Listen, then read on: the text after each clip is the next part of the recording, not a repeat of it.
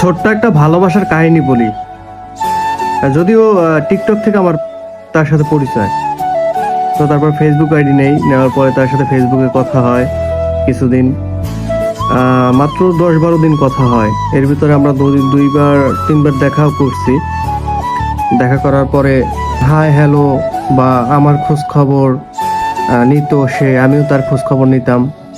তাকে আমি বারবার জিজ্ঞাসা করছিলাম, তোমার কি বয়ফ্রেন্ড আছে? আর সে বলছে যে আছে, আবার বলতেছে যে নাই। মানে তার ভাবমূর্তিতে বোঝা যায় না যে তার বয়ফ্রেন্ড আছে। মানে সে মানে বোঝাতে চায় যে তার বয়ফ্রেন্ড আছে, আবার বোঝাতে চায় যে তার বয়ফ্রেন্ড নামক কেউ নাই। মানে যা আছে থাকার মতন না, এই মানে সরাসরি বলতেছে না। যাক, এখন বিষয়টা হচ্ছে তোমার থাক বা না থাক সেটা কোনো বিষয় না। বিষয়টা হচ্ছে তোমার সাথে একটা সম্পর্ক হয়েছে, বন্ধুত্ব সম্পর্ক, বেশ ভালোই যাইতেছিল। তো এখন আমি তাকে পরীক্ষা করার জন্য একদিন হঠাৎ রাতে মেসেজ করলাম যে কি অবস্থা, কি করতেছো? বলতেছে এই তো বসে আছি।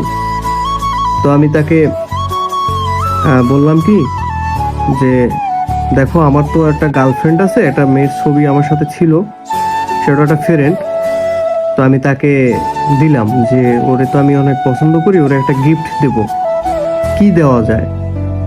মানে শুধু আমার আসলে মূলত আমার মানে আমার জানার ইচ্ছা ছিল যে ওর বয়ফ্রেন্ড আছে কিনা, আর ও আমাকে আসলে কি ভালোবাসে কিনা, এর জন্য। বলতেছে যে আমি বলতেছি যে 3 পিস দেবো না শাড়ি দেবো? ও বলতেছে যে তোমার যা ইচ্ছে তাই দাও। মানে এইভাবে বলছে, বলার পরে আচ্ছা আমি বলছি যে হ্যাঁ আমি শাড়ি দিই তাইলে। And মানে এরপর থেকে মানে ও আমার সাথে কথা বলে না। ওকে বারবার মেসেজ করি, ফোন দেই, কোনোভাবেই ওর সাথে আমি কোনোভাবে যোগাযোগ করতে পারতেছি না।